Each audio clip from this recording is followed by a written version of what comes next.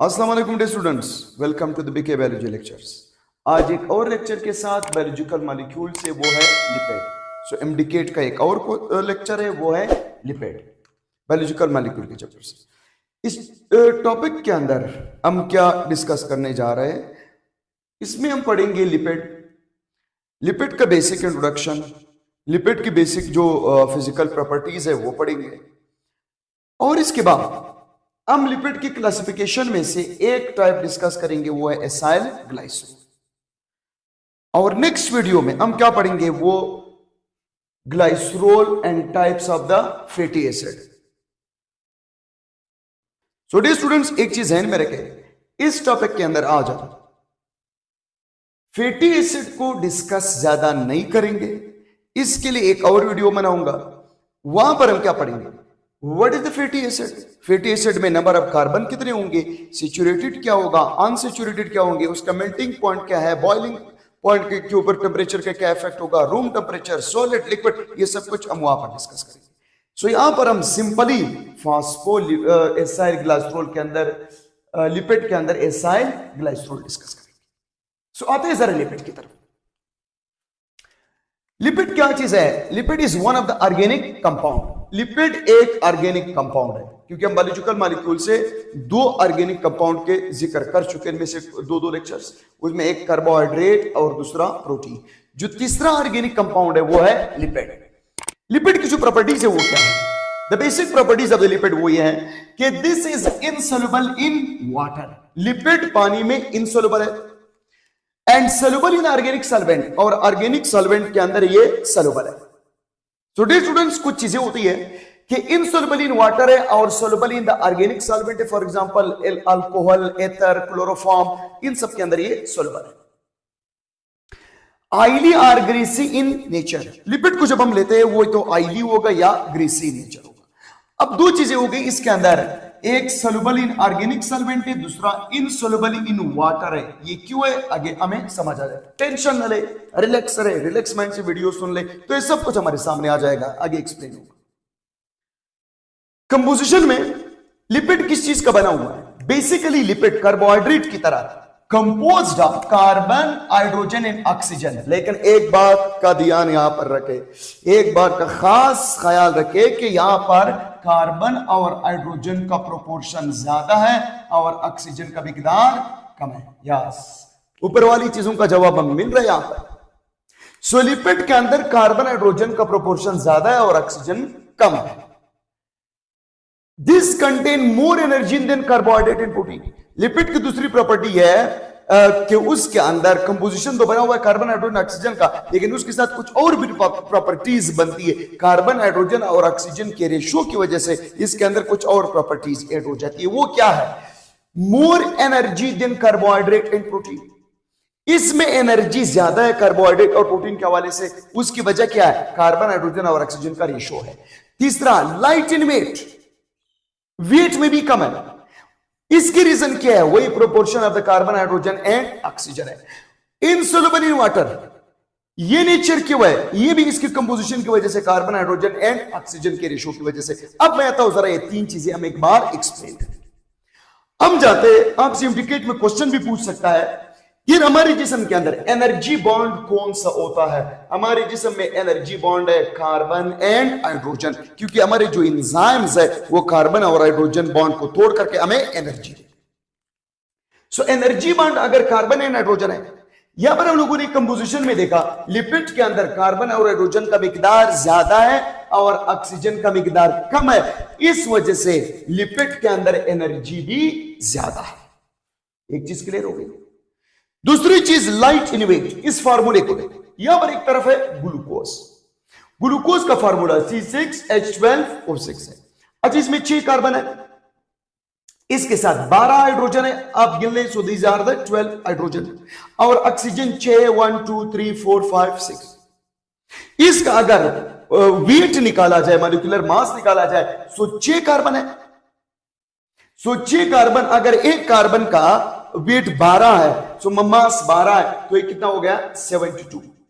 12 hydrogen है, सो this is 12। यहां पर उसका मास 16 है, सो ऑक्सीजन का, सो 16 को 6 से जरब दो, दैट इज द 96। तो टोटल कितने बन गए? 10 और 1 8 9 9 9 18। इसका मास 180 है कार्बोहाइड्रेट का, ग्लूकोज का। यहां पर ऑक्सीजन का मिकदार ज्यादा है, लेकिन एक फैटी एसिड, एक कंस्टिट्यूएंट लिपिड का, सिर्फ फैटी एसिड की हम अगर बात करें, पूरा लिपिड भी ना हो, सो यहां पर कार्बन 6 है, वही 72 बनते हैं। हाइड्रोजन भी 12 है, वही सेम, लेकिन ऑक्सीजन 2 है। अगर एक का मास 16 है, सो 2 का कितना हो गया? 32। तो ये कितने हो गए? These are the 6 and 10 11 160। तो फैटी एसिड का जो मास है 116 है और ग्लूकोज का जो है वो 180 है, लेकिन दोनों में कार्बन और हाइड्रोजन की तादाद सेम है। फर्क किस चीज में? ऑक्सीजन है। तो हम लोगों ने कहा था कि लिपिड की कंपोजिशन में कार्बन और हाइड्रोजन का मिकदार ज्यादा है और ऑक्सीजन का मिकदार कम है। अगर कार्बन हाइड्रोजन ज्यादा हुआ तो एनर्जी भी ज्यादा हो गई।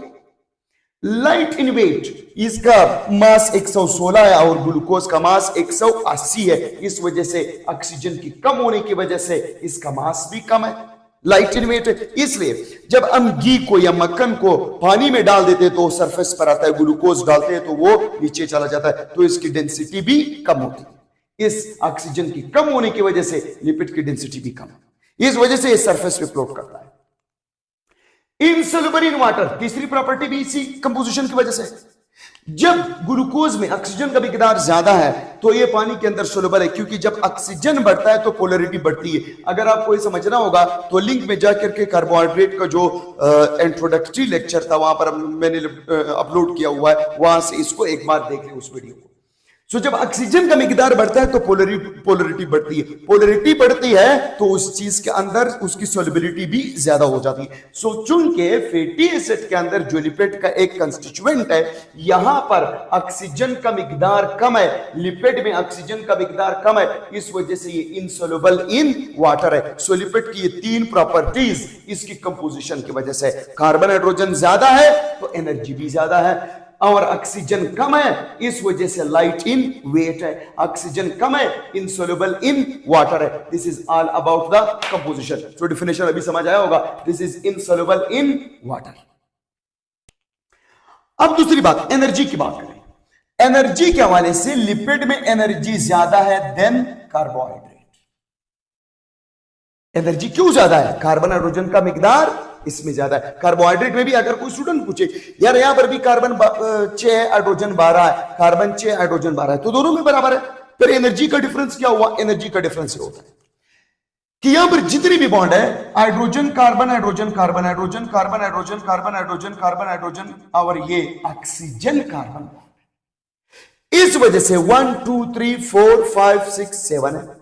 लेकिन यहां पर देखा जाए 1 2 3 4 5 6 7 8 9 10 11, इस वजह से कार्बन हाइड्रोजन बॉन्ड ज्यादा है तो इसमें एनर्जी भी ज्यादा है देन कार्बोहाइड्रेट। 1 ग्राम लिपिड को तोड़ने के लिए हमें 9 किलो कैलोरीज मिलते हैं, कार्बोहाइड्रेट से 4 किलो कैलोरीज मिलते हैं और प्रोटीन से 4। So energy point of view से लिपिड में एनर्जी कार्बोहाइड्रेट और प्रोटीन से ज्यादा है, because of the composition more carbon and hydrogen. Metabolism के हवाले से देखा जाए तो मेटाबॉलिज्म हमारे जिस्म में जब हम खुराक खाते हैं, उस खुराक के अंदर जो मुख्तलिफ ऑर्गेनिक कंपाउंड्स होते हैं, लिपिड है, कार्बोहाइड्रेट है, प्रोटीन है, तो सबसे पहले कार्बोहाइड्रेट मेटाबोलाइज होगा, क्योंकि हम ग्लाइकोलाइसिस में सबसे पहले कार्बोहाइड्रेट को मेटाबोलाइज करते हैं, बाद में लिपिड होगा और तीसरे नंबर पर प्रोटीन। सो एनर्जी के हवाले से लिपिड पहले नंबर पर है और मेटाबॉलिज्म के हवाले से ये दूसरे नंबर पर। फिर क्लासिफिकेशन की तरफ आते हैं। लिपिड को कहते हैं हेटेरोजेनस ग्रुप। क्यों हेटेरोजेनस है? क्योंकि इसके अंदर मुख्तलिफ कंपाउंड्स होता है, एसाइल ग्लाइसरोल है, फास्फोलिपिड है, टर्पेनोइड्स है, स्टेरॉइड्स है, वैक्स है, प्रोस्टाग्लैंडाइन है। सो आज के लेक्चर में हम जो सबसे पहले डिस्कस करने जा रहे हैं वो क्या चीज है? Acyl glycerol. So acyl glycerol हम यहां पर डिस्कस करेंगे। So this is the total general introduction of the lipid के लिपिड एनर्जी क्या है, कंपोजिशन क्या है, लाइट इन वेट है, इनसोल्युबल इन वाटर है, व्हाट आर देयर रीजंस। अब हम आते हैं नेक्स्ट की तरफ कि पहला जो एसाइल ग्लाइसरोल है। सो स्टूडेंट्स हम लोगों ने देखा था वहां पर क्लासिफिकेशन में जो पहला टाइप है वो है एसाइल ग्लाइसरोल। एसाइल ग्लाइसरोल को हम न्यूट्रल फैट भी कहते हैं, एनिमल फैट भी कहते हैं, सिंपल फैट भी कहते हैं और एनर्जी सोर्स भी कहते हैं। सो एसाइल ग्लाइसरोल जो सिंपल लिपिड है, लिपिड का जो सिंपल फॉर्म है वो है एसाइल ग्लाइसरोल। ये रिएक्ट नहीं करेगा। और एनिमल फैट, ये एनिमल की बॉडी के अंदर स्टोर होते हैं, कुछ प्लांट्स में भी स्टोर होता है, और ये हमारा क्विक एनर्जी सोर्स है, हम इसे एनर्जी भी लेते हैं। केमिकली इसको कैसे डिफाइन कर सकते हैं? Glycerol, acyl glycerol is the ester of the fatty acid and alcohol. आप केमिस्ट्री से जानते हो एस्टर और उस कंपाउंड को कहते हैं जो एसिड और अल्कोहल का बना हो। सो यहां पर हम एक टर्म लेते हैं। टर्म क्या लेते हैं? टॉपिक था हमारा एसाइल ग्लाइसरोल, केमिकली बना हुआ है फैटी एसिड एंड ग्लाइसरोल का। एक बार फैटी एसिड और ग्लाइसरोल को हम मतलब थोड़ा सा सरसरी समझ लेंगे, क्योंकि मैंने आपको वीडियो के शुरू में बताया था जो फैटी एसिड है इस पर डिटेल लेक्चर बाद में। So glycerol basically 3 carbon alcohol है with the OH group, 3 carbon alcohol with the OH group, this is known as glycerol. The 3 carbon alcohol it is known as glycerol. Glycerol एक 3 carbon alcohol. Fatty acid क्या है? The chain of carbon with carboxyl group at the end. Carbon की chain के साथ अगर आखिर में carboxyl group लगे it will be known as the fatty acid. So acyl glycerol basically बना हुआ है फैटी एसिड का और ग्लाइसरोल अल्कोहल का। फैटी एसिड में मैं देख लूं इसके अंदर 2 हिस्से होते हैं, एक तो कार्बोक्सिल ग्रुप है, उसके साथ एक chain of carbon. Chain of carbon में कार्बन 1 भी हो सकता है, कार्बन 3 भी हो सकते हैं, कार्बन 5 ताक कार्बन होंगे। चेन ऑफ कार्बन हमेशा ताक होगा 1 से लेके 29 तक। स्टूडेंट टेंशन ना ले, मैंने आपको पहले भी बताया, इस पर डिटेल लेक्चर दूंगा। सो चेन ऑफ कार्बन 1 से लेके 29 तक होगा, उसके साथ क्या चीज होगा? एक कार्बोक्सिल। सो एक carboxyl group chain of carbon 1, एक carboxyl group chain of carbon, sorry 2 नहीं है 3, the chain of carbon are 3 carbon. So यहां पर हम कहते हैं कि this is the fatty acid, ये भी फैटी एसिड है, ये भी। इस फैटी एसिड के अंदर टोटल 2 कार्बन हो गए, इसको कहते हैं acetic acid, this is the simplest fatty acid. उसके बाद कार्बन 1 2 3 4, इसके अंदर 4 कार्बन है, सो 4 carbon butyric acid, this is the second simple fatty acid. यहां पर जो कार्बोक्सिल ग्रुप है वो तो ये है, लेकिन जो चेन ऑफ कार्बन है उसको हम किसे रिप्रेजेंट करेंगे? R से। So carboxyl group with R carboxyl group with the chain of carbon, it is known as fatty acid. फिर फैटी एसिड में 2 टाइप्स होते हैं, कोई सैचुरेटेड होता है, कोई अनसैचुरेटेड। अगर फैटी एसिड के कार्बोक्सिल ग्रुप के बाद जो चेन ऑफ कार्बन है, अगर चेन ऑफ कार्बन में डबल बॉन्ड हो गए, आप जानते हो इस चीज को, वैसे भी इसको कहते हैं अनसैचुरेटेड, तब ये 2 हाइड्रोजन नहीं होंगे। अगर इसके दरमियान सिंगल बॉन्ड हुआ और हाइड्रोजन ज्यादा हो गए, it will be known as the saturated fatty acid. Now acyl glycerol की तरफ वापस आता हूं मैं। एसाइल ग्लाइसरोल केमिकली किस चीज का बना हुआ है? फैटी एसिड का और अल्कोहल का। एक बार फैटी एसिड और अल्कोहल हम समझ गए कि यार अल्कोहल 3 कार्बन अल्कोहल है और फैटी एसिड कार्बोक्सिल ग्रुप है with the chain of carbon. अब यहां पर solid at the room temperature, because this contain high proportion of the saturated fatty acid. Acyl glycerol हमेशा रूम टेम्परेचर पर organism की body के अंदर वो किस फॉर्म में होता है? They are in the solid form, solid होता है। सॉलिड क्यों होता है? क्योंकि इसके अंदर जो फैटी एसिड है वो कौन सा है? Saturated. So this contain the saturated fatty acid. Saturated fatty acid वो होता है जिसके दरमियान कार्बन कार्बन के दरमियान क्या हो? सिंगल बॉन्ड, और इसमें हाइड्रोजन का मिकदार ज्यादा हो। ये आप जानते हो, सिंडिकेट का लेक्चर है ये। फिर एक बार सुनो, फैटी एसिड को मैं बाद में समझा दूंगा कि क्या चीज है। सो अगर एसाइल ग्लाइसरोल रूम टेम्परेचर पर सॉलिड क्यों है? क्योंकि इसके अंदर सैचुरेटेड फैटी एसिड का प्रोपोर्शन ज्यादा है। अगर इसके दरमियान सिंगल बॉन्ड हो तो नंबर ऑफ हाइड्रोजन ज्यादा होगा, और कार्बन कार्बन के दरमियान सिंगल बॉन्ड होगा, it will be known as the saturated. So animal के अंदर हमेशा सैचुरेटेड होता है। लेकिन एक एनिमल है जिसको हम कहते हैं फिश। फिश के अंदर ग्लाइसरोल के साथ 3 ओमेगा फैटी एसिड अटैच है, जो बेसिकली क्या है? अनसैचुरेटेड है। फिश में जो एसाइल ग्लाइसरोल है, फिश की बॉडी के अंदर जो फैट स्टोर है, जो एसाइल ग्लाइसरोल है, वहां पर सैचुरेटेड के बजाय अनसैचुरेटेड फैटी एसिड होता है। जब अनसैचुरेटेड फैटी एसिड होगा उसमें कार्बन कार्बन के दरमियान डबल बॉन्ड है और इसमें हाइड्रोजन का मिकदार कम होता है। आता हो यहां पर अगर इस कार्बन का मैं बॉन्ड डबल कर दूं तो कार्बन की वैलेंसी चूंकि 4 है 1 2 3 4 1 2 3 4 4 पूरे हो गए बॉन्ड उसके और 2 हाइड्रोजन खत्म हो गए। सो जब हम बॉन्ड को डबल कर देंगे फैटी एसिड बनेगा अनसैचुरेटेड। अगर उसके दरमियान बॉन्ड सिंगल हुआ तो फैटी एसिड बनेगा सैचुरेटेड। सो सैचुरेटेड में हाइड्रोजन का मिकदार ज्यादा था और अनसैचुरेटेड में हाइड्रोजन का मिकदार कम हुआ। Energy, melting point, boiling point, ये बात का काम है। Acyl glycerol also called the tristearin fatty acid अगर उसके अंदर स्टेरिक एसिड हुआ। एसाइल ग्लाइसरॉल को हम एक और भी नाम देते हैं, उसको हम कहते हैं ट्राइस्टेराइन, क्योंकि अगर फैटी एसिड कौन सा हुआ, स्टेरिक एसिड हुआ। सो एसाइल ग्लाइसरॉल बेसिकली बना हुआ है, एसाइल ग्लाइसरॉल किस चीज का बना हुआ है, फैटी एसिड और अल्कोहल का।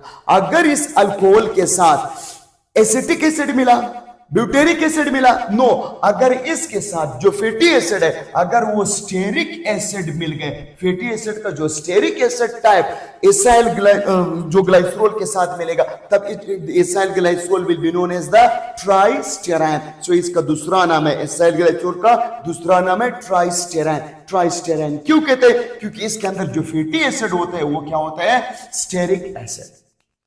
मैं तो अगर 3 के 3 फैटी एसिड जो एसाइल ग्लाइसरॉल है वो किसका बना है, इसमें अल्कोहल है और फैटी एसिड 3 होते हैं। अगर एक अल्कोहल के साथ ये जो 3 फैटी एसिड है, if the 3 fatty acid identical हो गए it will be known as the homotriglyceride. इसको हम होमोट्राइग्लाइसराइड कहते हैं।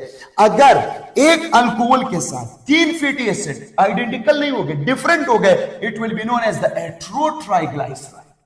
सो हमारे पास जो होते हैं वो हमेशा होमोट्राइग्लाइसराइड है और अक्सर इसके अंदर जो फैटी एसिड है वो सैचुरेटेड होता है। सिर्फ फिश के अंदर क्या होता है, अनसैचुरेटेड। आते स्ट्रक्चर की तरफ, what is the structure of the acyl glycerol, chemically कैसा बनेगा, इसको एस्टर ऑफ फैटी एसिड और अल्कोहल क्यों कहते हैं। एक 3 कार्बन अल्कोहल है, मुआवजे से समझ गए, 3 कार्बन अल्कोहल, हर कार्बन के साथ OH मौजूद है और the chain of carbon 1 2 3 4 5 with the carboxyl group 1 2 3 4 5 carboxyl group 1 2 3 4 5 carboxyl group. So these are the 3 fatty acid, ये 3 fatty acid है। ग्लाइसरॉल और फैटी एसिड के दरमियान जो रिएक्शन है कंडेंसेशन प्रोसेस होता है। सो कंडेंसेशन प्रोसेस में यहां से OH और H किस फॉर्म में निकला, H2O का। सो ऑक्सीजन का H निकला और कार्बन का OH, ऑक्सीजन का H निकला और कार्बन का OH। कार्बन 4 बॉन्ड बनाते हैं, अभी 3 हो गए, ऑक्सीजन 2 बनाते हैं, अभी ये अपने आप को स्टेबल करने के लिए 1 बॉन्ड बनाते हैं। जब ग्लाइसरॉल के साथ कंडेंसेशन प्रोसेस हो करके एक फैटी एसिड मिले, it will be known as the monoglycerol. So this is the monoglycerol. Acyl glycerol किसको कहते हैं, जब दूसरा फैटी एसिड फिर ग्लाइसरॉल के कार्बन 2 के साथ दूसरा फैटी एसिड कंडेंसेशन करे, फिर क्या निकले, H2O। जब पानी निकले फिर ऑक्सीजन रह गया, यहां पर कार्बन के साथ डबल वो, फिर एक और बॉन्ड बना। अब एक ग्लाइसरॉल के साथ 2 फैटी एसिड जुड़ गए, it will be known as the diglycerol. अगर ग्लाइसरॉल के साथ एक फैटी एसिड अटैच हुआ, it will be known as the monoglycerol. अगर ग्लाइसरॉल के कार्बन 2 के साथ दूसरा फैटी एसिड अटैच हुआ, डाइग्लाइसरॉल। अगर इस ग्लाइसरॉल के तीसरे कार्बन के साथ तीसरा फैटी एसिड अटैच हुआ और फिर कंडेंसेशन हुआ, H2O वाटर निकला, फिर ऑक्सीजन के साथ इधर ऑक्सीजन रह गया और इधर कार्बन रह गया, फिर एक और बॉन्ड बना। सो अगर ग्लाइसरॉल के साथ 3 फैटी एसिड मिले, it will be known as the triglycerol, acyl glycerol, या इसको हम लोगों ने एक और नाम दिया था ट्राइस्टेराइन। अगर ये फैटी एसिड स्टेरिक एसिड हो गए, it will be known as the tristearin. So this compound is known as the acyl glycerol या ट्राइग्लाइसरॉल। अब सवाल ये जो फैटी एसिड और अल्कोहल के दरमियान बॉन्ड है, इस बॉन्ड को क्या कहते हैं, so this bond is known as the ester bond. इसको नाम देते हैं एस्टर बॉन्ड। एस्टर बॉन्ड किस बॉन्ड को कहता है, जब भी कोई बॉन्ड बने between the alcohol and acid. Alcohol और अल्कोहल कौन सा अल्कोहल है? ग्लाइसरोल है। एसिड कौन सा एसिड है? फैटी एसिड है। जब फैटी एसिड और अल्कोहल के दरमियान बॉन्ड बनता है इसको कहते हैं एस्टर बॉन्ड, और अल्कोहल और फैटी एसिड के दरमियान ये बॉन्ड। अब एसाइल ग्लाइसरोल को हम लोगों ने शुरू में कहा था ester of fatty acid and alcohol. Why the acyl glycerol is known as the ester? क्योंकि इसलिए एस्टर कहते हैं ये अल्कोहल और फैटी एसिड का बना हुआ, इस वजह से केमिकली हम इसको एस्टर कंपाउंड भी कहते हैं। कितनी बार कंडेंसेशन हुई है? 3 बार। How many ester bonds are there? 3 ester bonds. Nature में एनिमल सेल के अंदर कौन सा फॉर्म ज्यादा है? मोनो है, di, tri? No, triglycerol is more. हमारे बॉडी के अंदर जो सबसे ज्यादा पाया जाता है एनिमल के अंदर वो क्या चीज है? ट्राईग्लाइसरोल है। अगर तीनों फैटी एसिड आइडेंटिकल एक जैसे हो गए it will be known as the homo triglycerol. और हमारी बॉडी में स्टोर कहां पर होते हैं? सो ये स्टोर होते हैं, they will store in the adipose tissue. ये स्टोर होते हैं कहां पर? एडिपोज। एडिपोज टिश्यू होते हैं जहां पर फैट स्टोर होता है। और इस एसाइल ग्लाइसरोल की वजह से न्यूक्लियस कहां पर हो जाता है? Nucleus at the side. हमारे एडिपोज टिश्यू का कोई सेल है उसमें न्यूक्लियस प्लांट सेल की तरह, एडिपोज टिश्यू का जो सेल है उसमें न्यूक्लियस प्लांट सेल की तरह साइड पर होता है, क्योंकि यहां पर क्या चीज स्टोर हो जाता है? एसाइल ग्लाइसरोल या फैट। सो हमारे एडिपोज टिश्यू के सेल में भी न्यूक्लियस साइड पर होता है due to the accumulation of the acyl glycerol. So ये हुआ टोटल एसाइल ग्लाइसरोल। यहां पर अभी ओके आपको समझ आया होगा कि सॉलिड होता है रूम टेम्परेचर पर। क्यों सॉलिड है? कि जितने भी फैटी एसिड है वो सैचुरेटेड होते हैं, और फिश है जिसके अंदर अनसैचुरेटेड है, और वो जो एसाइल ग्लाइसरोल है वो लिक्विड फॉर्म में होता है। अगर एसाइल ग्लाइसरोल को ट्राइस्टेराइन क्यों कहते हैं? क्योंकि इसके अंदर जो फैटी एसिड हमेशा तो नहीं कह सकते, हम कहते हैं अक्सर उसमें स्टेरिक एसिड होता है, इस वजह से कहते हैं ट्राइस्टेराइन। और अगर तीनों फैटी एसिड सेम हो गए उसको ओमोग्लाइसराइड भी कहते हैं, ओमोट्राइग्लाइसराइड भी कहते हैं, या ओमोट्राइग्लाइसरोल भी कहते हैं इसको। सो this is all about the fatty acid. और इसको हम एनिमल फैट क्यों कहते हैं? एनिमल फैट इसलिए कहते हैं एनिमल के एडिपोज टिश्यू में स्टोर होता है। सिंपल फैट क्यों कहते हैं? क्योंकि बड़ा सिंपल कंपाउंड है, सिर्फ अल्कोहल और 3 फैटी एसिड का बना हुआ है, और ये हमारे क्विक एनर्जी सोर्स है, एडिपोज टिश्यू के अंदर स्टोर होकर के हमें एनर्जी देगा। So thank you for watching. I hope कि आपको समझ आया होगा। अगर वीडियो अच्छी लगी तो चैनल को लाइक करें, सब्सक्राइब करें और शेयर करें, ताकि आपको हर आने वाली नई वीडियो का नोटिफिकेशन मिलते रहे। Thank you for watching.